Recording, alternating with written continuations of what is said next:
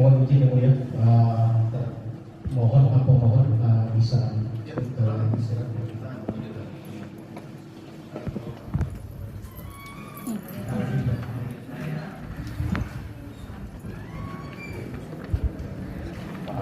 Sakit lagi, Sudirman.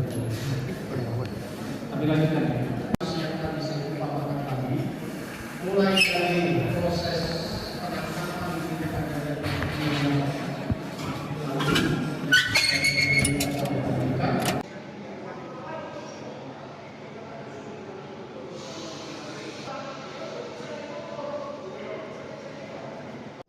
penangkapan dari suatu kekerasan yang dihasilkan dari suatu kekerasan.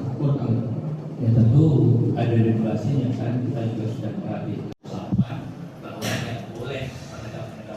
Sebenarnya dalam KUHP juga sudah diatur, tidak boleh ada pemeriksaan kalau dalam keadaan yang bebas, tidak boleh ada ancaman dalam bentuk apapun. Kemudian Jombang pada waktu di 2008 ini terjadi. Azas diferensiasi fungsional antara koordinasi kalau begitu ditahan ada masa tahanan yang mulia, yang arif untuk menjadi hiu di antara penasihat hukum dan jaksa. Kira-kira sampai beberapa perkara, sampai nanti musyawarah penetapan segala macam dari A sampai Z. Fokus kita, saya selalu bilang di dalam kelas, perhatikan karena kita di FH itu adalah kata kunci dalam putusan hakim. Jantungnya itu ada pada D, F, dan ya. Kalau dari peristiwa tersebut yang saya umpamakan tadi, terdapat ada fakta kekerasan dari suatu kekerasan yang dihasilkan dari suatu kekerasan. Ya tentu ada regulasinya. Ya, kalau memang akhirnya karena itu adalah satu prinsip hukum dan instrumen hukum yang sudah dikatakan perintah dan kehendak undang-undang, kalau ada intimidasi, terus orang tidak mendapatkan haknya untuk mendapatkan bantuan hukum, tentunya adalah pelanggaran terhadap hukum acara pidana. Dan hasil pemeriksaan penyidikan yang didasarkan pada sesuatu yang di situ ada intimidasi, tidak mendapatkan bantuan hukum, maka penyidikan itu yang menjadi tidak sah. Penyidikan yang tidak sah, kalau itu akhirnya dikemas di dalam dakwaan, seolah-olah itu adalah sah, dan itu akhirnya diambil oleh hakim dalam pertimbangan hakimnya dan membuat putusan, inilah yang disebut dengan peradilan sesat. Ini yang sedang kita evaluasi sekarang, kita benahi, mudah-mudahan ke depan tidak terjadi lagi hal-hal. Apa bisa disimpulkan dalam sidang yang sudah inkrah lalu itu bisa dikatakan tidak sah juga artinya? Oh, sangat bisa, karena inilah gunanya. Ini yang saya bilang upaya hukum luar biasa adalah satu dosis yang diberikan kepada terpidana. Dosis yang besar, karena bisa jadi orang bisa keliru, negara, katakanlah organ negara salah dalam hukum orang, maka dikasih satu tanggung jawab negara itu kepada si terpidana. Kalau kamu salah, ternyata hukuman ini salah, maka nanti akan dikasih ruang, namanya ruang oleh negara yang disebut dengan PK.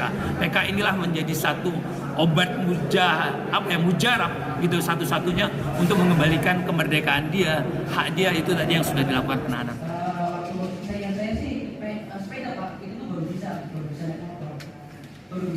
Tanggal bulan Agustus 2016 itu dia bukan anggota klub motor ya? Saudara tahu nggak dia anggota klub motor? Nggak tahu. Jadi kalau dari peristiwa tersebut yang saya umpamakan tadi, terdapat ada fakta. Mohon izin yang mulia, mohon bisa istirahat.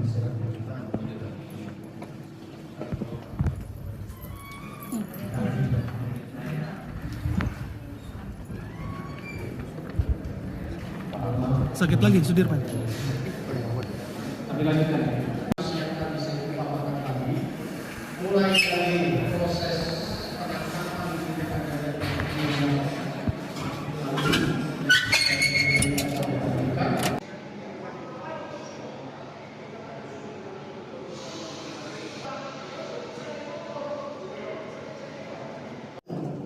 dari suatu kekerasan yang dihasilkan dari suatu kekerasan.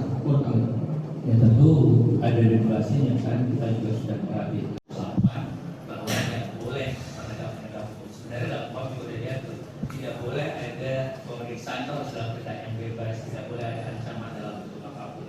Kemudian Jombang pada waktu di 2008 ini terjadi.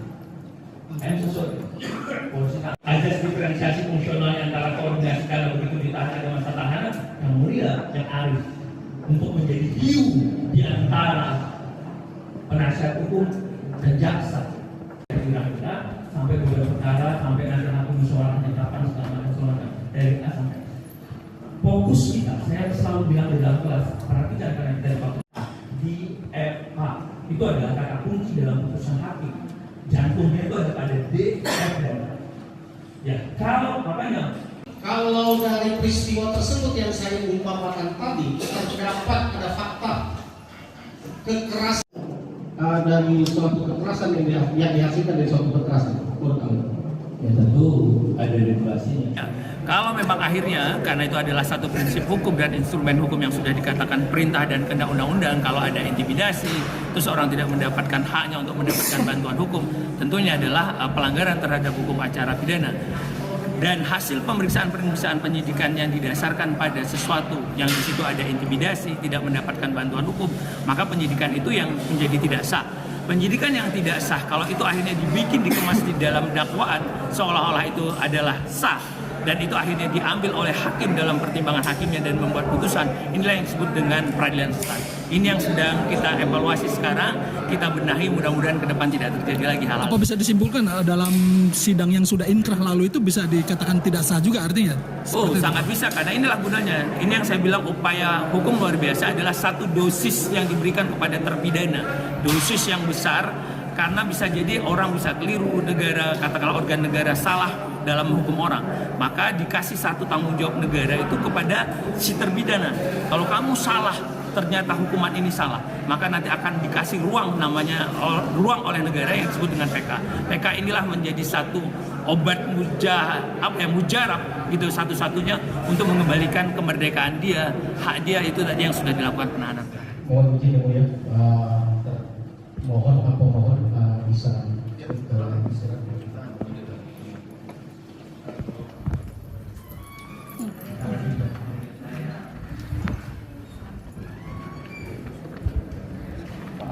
Sakit lagi Sudirman. Kami lanjutkan.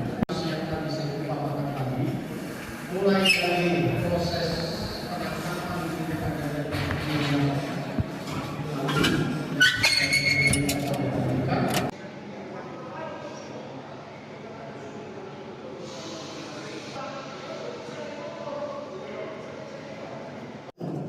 dari suatu kekerasan yang dihasilkan dari suatu kekerasan, menurut kamu?